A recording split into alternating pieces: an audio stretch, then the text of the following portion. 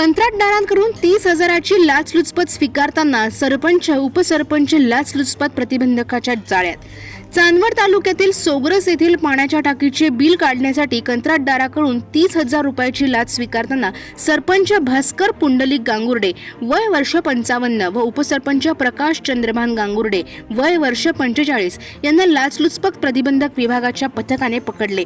तक्रारदार यांच्या मित्राने जिल्हा परिषद अंतर्गत सोगरस येथे पाण्याच्या टाकीचे बांधकाम पूर्ण केले होते। सदर बांधकामाचे बिल अद्यापही मिळाले नव्हते। हे बिल काढण्यासाठी तक्रारदार यांना अधिकारी पत्र प्राप्त झाले होते। पाण्याच्या टाकीचे बांधकामाचे बिल मंजूर करण्यासाठी ग्रामपंचायतीच्या हस्तांतर पत्रावर सही करण्यासाठी सरपंच व उपसरपंच यांनी कंत्राटदाराकडे 50,000 रुपयाची मागणी केली होती। तक्रारीनंतर लाचलुचपत प्रतिबंधक विभागाच्या अधिकाऱ्यांनी सापळा रचला।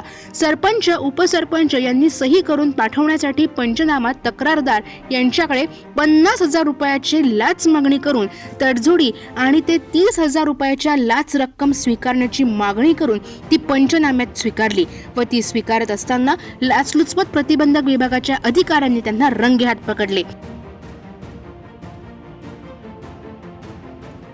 जागर जनस्थानसाठी देवीदास जाधव, चांदवड।